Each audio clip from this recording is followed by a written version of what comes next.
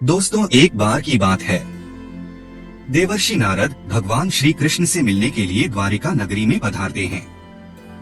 तब भगवान श्री कृष्ण देवर्षि नारद को देखकर उनका स्वागत करते हुए कहते हैं, देवर्षि, द्वारिका में आपका स्वागत है।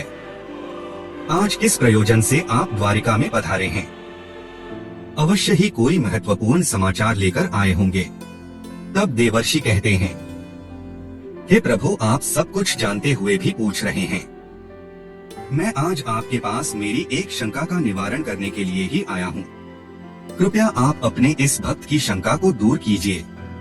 मैं अवश्य जानता हूँ कि आप किस कारण से दुखी हैं, और आपके मन की शंका को भी मैं अवश्य जानता हूँ। इसीलिए आपके मन में जो भी शंका है अथवा प्रश्न है, आप निसंकोच होकर पूछिए। मैं आपकी शंका का निवारण अवश्य करूंगा। देवर्षि नारद कहते हैं, हे प्रभु, मेरे मन में आज यह जानने की इच्छा है कि मनुष्य को किस प्रकार का भोजन करना चाहिए।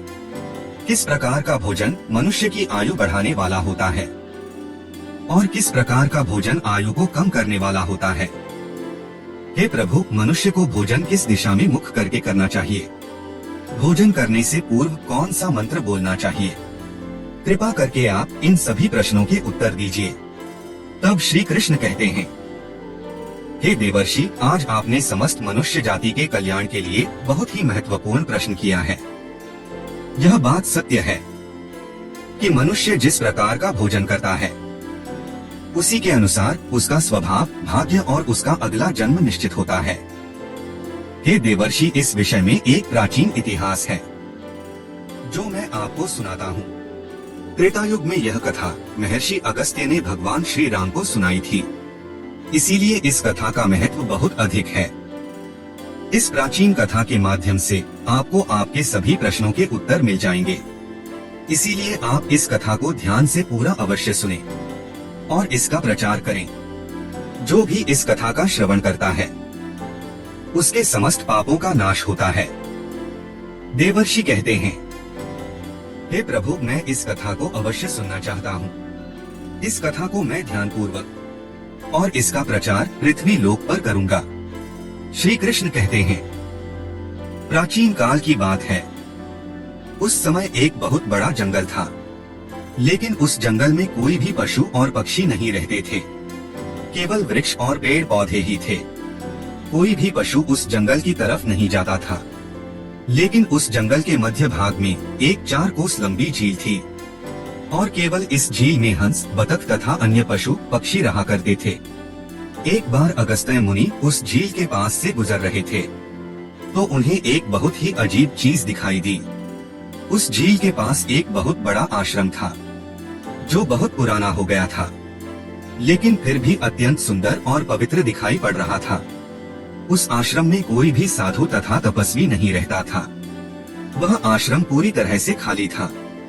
अगस्त्य मुनि एक रात के लिए उस आश्रम में ठहर गए और सुबह उठकर वे उस झील के पास चले गए तो उन्हें रास्ते में एक मुर्दा अर्थात लाश पड़ी हुई दिखाई पड़ी, जो शरीर से अत्यंत बलवान और हृष्ट पुष्ट था, जिसे देखकर मालूम होता था कि वह किसी तंदुरुस्त पुरुष की लाश है। उस लाश को देखकर अगस्त्य मुनि सोचने लगे कि यह कौन है, इसकी मृत्यु कैसे हो गई तथा वह इस जंगल में आखिर कैसे आया होगा। उस मरे हुए आदमी के बारे में जानने की अगस्त्य मुनि को जिज्ञासा हुई। तभी अचानक आकाश में उन्हें एक दिव्य विमान दिखाई पड़ा और वह दिव्य विमान उस झील के समीप आकर रुक गया और उस विमान से एक दिव्य पुरुष उतरा और वह उस झील में नहाने के लिए चला गया। झील में नहाने के बाद वह बाहर आया और उस मुर्दे का मांस खाने लगा। उसने भरपेट मोटे ताजे मुर्दे का मांस खा लिया और फिर से विमान में बैठकर स्वर्ग की ओर जाने लगा। तभी अगस्त्य मुनि ने उस दिव्य पुरुष को आवाज लगाई, हे दिव्य पुरुष, तुम कौन हो? तुम देवताओं के समान दिखाई पड़ते हो, किंतु तुम्हारा भोजन बहुत घृणित है। तुम मुर्दे का मांस क्यों खा रहे हो? ऐसा भजन भला कोई देवता कैसे खा सकता है? फिर उस स्वर्गवासी दिव्य पुरुष ने अगस्त्य मुनि की तरफ देखा और उन्हें हाथ जोड़कर प्रणाम करके कहने लगा, हे मुनिवर, आपको प्रणाम है। मैं आपको मेरी कहानी सुनाता हूँ। पूर्व काल की बात है। विदर्भ देश में मेरे महान यशस्वी पिता राज्य करते थे। वे वसुदेव के नाम से तीनों लोकों में प्रसिद्ध थे और परम धार्मिक व्यक्ति थे। उनकी 2 पत्नी थी। उन दोनों पत्नियों से उन्हें एक एक करके 2 पुत्र हुए। मैं उनका सबसे बड़ा बेटा था। लोग मुझे श्वेत के नाम से जानते थे और मेरे छोटे भाई का नाम सूरत था। पिताजी की मृत्यु के बाद मुझे विदर्भ देश का राजा बना दिया गया और मैं वहाँ सावधानी के साथ राज्य चलाने लगा। राज्य करते हुए मुझे कई हजार साल बीत गए। फिर एक दिन मुझे वैराग्य हुआ और मैं राजपाट का त्याग करने का निर्णय लिया और मृत्यु पर्यंत तपस्या करने का निश्चय करके मैं जंगल में रहने के लिए चला गया। अपने राज्य को मैंने अपने छोटे भाई सूरत को सौंप दिया और उसे राजा बना दिया। फिर इस झील के पास आकर मैंने कठोर तपस्या करना आरंभ किया। 80,000 वर्षों तक मैंने इस जंगल में तपस्या की और उसी के प्रभाव से मुझे ब्रह्मा लोक की प्राप्ति हुई। लेकिन ब्रह्मा लोक पहुंचने के बाद भी मुझे भूख और प्यास अधिक सताने लगी। मेरे सभी इंद्रियां तिलमिला उठे। फिर मैंने ब्रह्मा लोक के सर्वश्रेष्ठ देवता ब्रह्मा जी से पूछा, हे भगवान, मैंने तो सुना है कि ब्रह्मलोक में किसी भी प्राणी को भूख और प्यास नहीं लगती है। फिर मुझे भूख और प्यास क्यों लग रही है?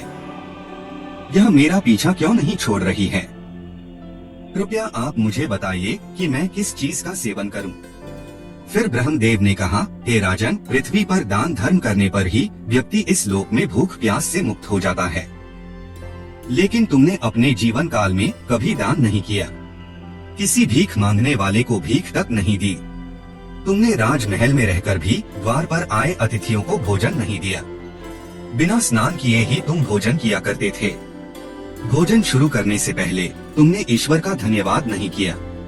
स्वादिष्ट भोजन को दूसरों को दिए बिना ही तुमने उसे ग्रहण कर लिए। इसी कारण से तुम्हें यह पाप लगा है। इसीलिए तुम्हें ब्रह्मा लोक में भी भूख और प्यास का कष्ट उठाना पड़ रहा है। जीवित रहते हुए तुमने अनेक प्रकार के आहारों का अकेले ही सेवन किया है। अनेक प्रकार के पकवान तुमने अकेले ही खाए हैं, दूसरों को नहीं दिए हैं, जिससे तुम्हारा शरीर तो बलवान बन गया, किंतु तुम्हारा पुण्य क्षीण हो गया। अब तुम्हारे लिए यही उपाय है। उस झील के पास तुम्हारा शरीर पड़ा हुआ है, तुम उसी का मांस खाकर अपनी भूख मिटाओ। ब्रह्मा जी द्वारा इस प्रकार से कहने पर राजा ने कहा, हे प्रभु, अपने शरीर का भक्षण कर लेने के पश्चात मेरा क्या होगा? उसके बाद मैं क्या खाऊंगा? मेरे खाने के लिए कुछ भी शेष नहीं रहेगा। कृपया कुछ ऐसा भजन बताएं जिसका भक्षण कर लेने पर भूख मिट जाए और जो कभी खत्म ना हो। तब ब्रह्मदेव कहते हैं, हे राजन, तुम्हारा शरीर ही मैंने अक्षय बना दिया है। उसे तुम रोज खाओगे, फिर भी यह समाप्त नहीं होगा। वह दूसरे दिन फिर से ताजा हो जाएगा। इस मृत शरीर के अंग फिर से उग आएंगे और उन्हें तुम फिर खा सकोगे। और जब तुम्हें अपने शरीर का मांस खाते हुए 100 वर्ष बीत जाएंगे, उसके बाद इसी जंगल में एक दिन महर्षि अगस्त्य पधारेंगे और उन्हीं के द्वारा तुम इस पाप से मुक्ति पा सकोगे। इस प्रकार से राजा ने सारी हकीकत महर्षि अगस्त्य को बता दी और कहने लगे, हे मुनिवर, मेरा शरीर कभी नष्ट नहीं होता है और मैं रोज आकर अपने शरीर का मांस खाता हूँ। न जाने कब मुनि अगस्त्य यहाँ पर पधारेंगे और मुझे इस कष्ट से मुक्ति दिलाएंगे। ऐसा सोचते हुए मुझे 100 वर्ष बीत चुके हैं और मैं आज भी उनकी राह देख रहा हूँ। राजा श्वेत का इस प्रकार से कथन सुनकर महर्षि अगस्त्य बोले, अच्छा, तो तुम्हारे सौभाग्य से मैं यहाँ पर आया हूँ। मैं ही मुनि अगस्त्य हूँ। बोलो, मैं तुम्हारी किस प्रकार से सहायता कर सकता हूँ? तब राजा अत्यंत प्रसन्न हुए और जमीन पर लेटकर महर्षि अगस्त्य के चरणों को वंदन करने लगे। राजा श्वेत बोले, हे मुनिवर, कृपया आप मुझे इस घृणित आहार से मुक्त कीजिए तथा जिस पाप के कारण मुझे यह प्राप्त हुआ है, उस पाप से भी मुझे मुक्त कीजिए, जिससे मुझे अक्षय लोक की प्राप्ति हो सके है। ऋषिवर, मैं आपको यह दिव्य आभूषण भेंट करता हूँ। कृपया आप मुझ पर कृपा करें।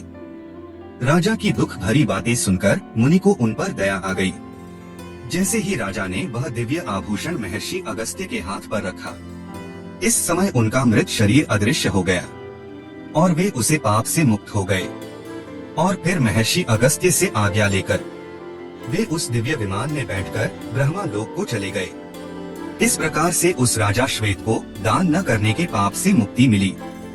फिर भगवान श्री कृष्ण कहते हैं, हे देवर्षि, इस प्रकार से घृणित भोजन करने के कारण ही विदर्भ देश के महाराज को ब्रह्मा लोक में रहने पर भी तृप्ति नहीं मिली और उन्हें पृथ्वी लोक पर आकर स्वयं का ही मांस खाना पड़ा। हे देवर्षि, अब मैं आपको भोजन के नियम बताता हूँ, आप इसे ध्यान से सुनिए। भोजन शुरू करने से पहले थोड़ा सा अन्न भूमि पर रखना चाहिए ताकि देवता, पशु पक्षी, सर्प, दैत्य तथा प्रेत पिशाच जो अपने कर्म बंधन से बंधे हुए हैं, उन सभी को अन्न की प्राप्ति हो। यदि भोजन करते समय कोई अतिथि आ जाए तो उसका स्वागत करें और उसे आसन देकर प्रणाम करके उसका सत्कार करें। फिर उसे श्रद्धा पूर्वक भोजन करवाकर विदा करें, क्योंकि जिसके घर से अतिथि निराश होकर लौट जाता है उसे वह अपने पाप देकर उसके शुभ कर्मों को ले जाता है। श्री कृष्ण कहते हैं, मनुष्य को पिता के घर में रहने वाली विवाहित कन्या, दुखिया और गर्भधारण की हुई स्त्री तथा वृद्ध को भोजन कराने के बाद ही भोजन करना चाहिए। इन सभी को भोजन कराए बिना जो स्वयं भोजन ग्रहण करता है उसका भोजन पापमय बन जाता है। ऐसा व्यक्ति नरक में ही जाता है। जो स्नान किए बिना ही भोजन करता है उसका भोजन मल भक्षण के समान हो जाता है। जो बालक एवं वृद्ध आदि के हिस्से का भोजन करता है उसका भोजन विष्ठा के समान हो जाता है। और जो बिना दान किए ही भोजन ग्रहण करता है उसका भोजन विष के समान बन जाता है। मनुष्य को कभी भी दुराचारी व्यक्ति द्वारा दिया गया अथवा दूसरों द्वारा अपमानित करके दिया गया भोजन कभी भी ग्रहण नहीं करना चाहिए। मनुष्य को चाहिए कि परोसे हुए भोजन का अग्रभाग अग्नि को देकर ही भोजन करना चाहिए। भोजन को एकाग्रचित होकर करना चाहिए। प्रथम मीठा, फिर लवण और खट्टा और अंत में कटु एवं तीखे पदार्थ का सेवन करें। प्रथम 3 निवाला मौन होकर ग्रहण करनी चाहिए।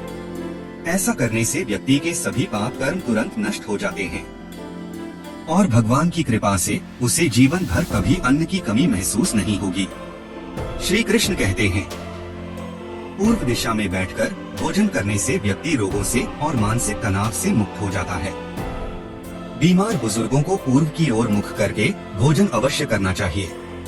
इससे उनके स्वास्थ्य में सुधार होता है, क्योंकि पूर्व दिशा उगते हुए सूर्य की दिशा है और सूर्यदेव बल, आरोग्य तथा दीर्घायु प्रदान करते हैं। विद्या की अभिलाषा रखने वाले मनुष्य को उत्तर दिशा की ओर मुख करके भोजन करना चाहिए। ये दिशा देवी सरस्वती की दिशा है। ध्यान रहे, दक्षिण दिशा की ओर मुख करके भोजन न करें। यह मृत्यु की दिशा होती है। इस दिशा में मुख करके भोजन करने से आयु कम होती है। टूटे फूटे बर्तनों में भोजन नहीं करना चाहिए। यह दुर्भाग्य को निमंत्रण देता है। भोजन हमेशा स्वच्छ थाली में ही करना चाहिए।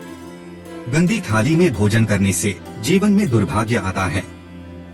एकादशी के दिन तामसिक अन्न का सेवन न करें। जो मनुष्य एकादशी के दिन तामसिक अन्न अर्थात मांस का सेवन करता है, लक्ष्मी उसे छोड़कर चली जाती है। भोजन का अपव्यय करना अनर्थ माना गया है। इसीलिए थाली में जितना भूख हो उतना ही भोजन ले।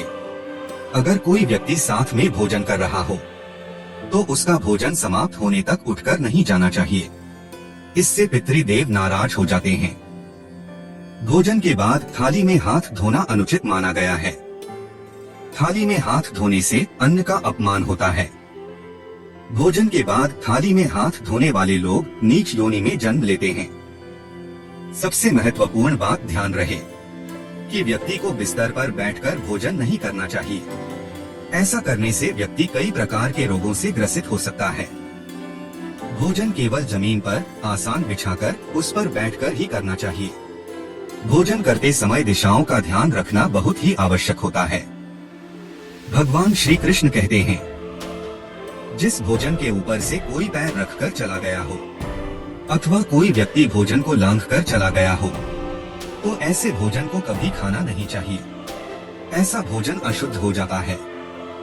ऐसे भोजन को पशुओं को खिला देना चाहिए। यदि भोजन में बाल निकल आता है तो ऐसा भोजन अशुद्ध हो जाता है। यदि अन्न में बाल निकलता है तो उसे ईश्वर को कभी प्रसाद के रूप में नहीं चढ़ाना चाहिए और ना ही स्वयं खाना चाहिए। ऐसा भोजन प्रेतों को प्राप्त हो जाता है। श्री कृष्ण कहते हैं, मनुष्य को दूसरों के लिए परोसा हुआ भोजन भी नहीं खाना चाहिए। जो मनुष्य दूसरों का भोजन छीन के खाता है अथवा किसी को बिना दिए ही स्वयं उस अन्न का उपभोग करता है, उससे देवी अन्नपूर्णा रूठ जाती है। भोजन सभी में बांटकर खाना चाहिए। दूसरों के हिस्से का भोजन करने से मनुष्य के पुण्य कर्म नष्ट हो जाते हैं। पवित्र आसन पर बैठकर अपने पैरों को भूमि पर रखकर पूर्व की ओर मुख करके अन्न ग्रहण करना ही सर्वोत्तम माना गया है।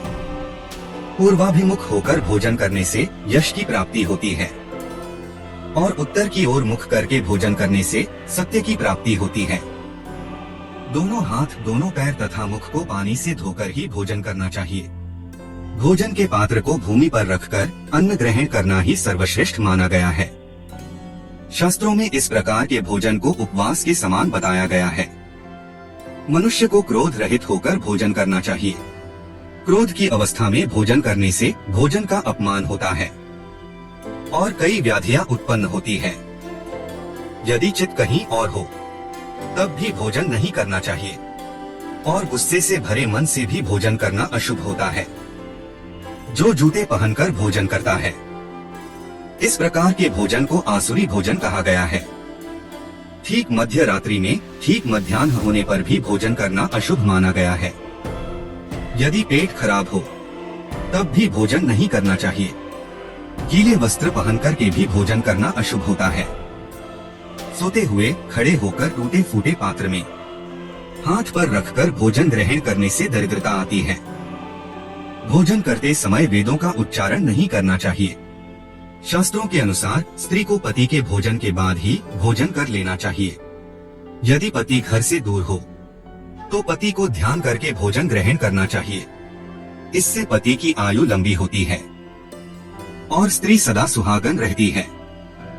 पति से पहले भोजन करना शास्त्रों में शुभ माना नहीं गया है। इससे पति की आयु कम हो जाती है। इसके साथ ही विष्णु पुराण के अनुसार पति और पत्नी को एक साथ बैठकर भोजन नहीं करना चाहिए। ऐसा करने से दोनों में क्लेश और विवाद होता है। अंधकार में अथवा आकाश के नीचे बैठकर भोजन नहीं करना चाहिए। भोजन करते समय सिर पर छत अथवा वृक्ष की छाया अवश्य होनी चाहिए। केवल एक वस्त्र पहनकर भी भोजन करना अनुचित होता है अथवा नग्न अवस्था में भोजन ग्रहण करना अशुभ होता है। इससे जीवन में दुर्भाग्य आता है। सवारी पर बैठकर अर्थात किसी वाहन में बैठकर भी भोजन ग्रहण करना अनुचित होता है। साथ ही शैया पर बैठकर भोजन करने से व्यक्ति की आयु कम हो जाती है। हंसते हुए अथवा रोते हुए भोजन करना अनिष्ट कारक होता है। इससे गले में अन्न फंसकर प्राण जाने का भी खतरा बना रहता है। तो दोस्तों, इस प्रकार से भगवान श्री कृष्ण ने देवर्षि नारद को भोजन करने का महत्व बताया है। आपको यह कथा कैसी लगी? कमेंट करके अवश्य बताएं। जानकारी अच्छी लगी तो वीडियो को लाइक जरूर करें और कमेंट में जय श्री राम अवश्य लिखें। साथ ही चैनल को सब्सक्राइब करें। आप सभी का धन्यवाद।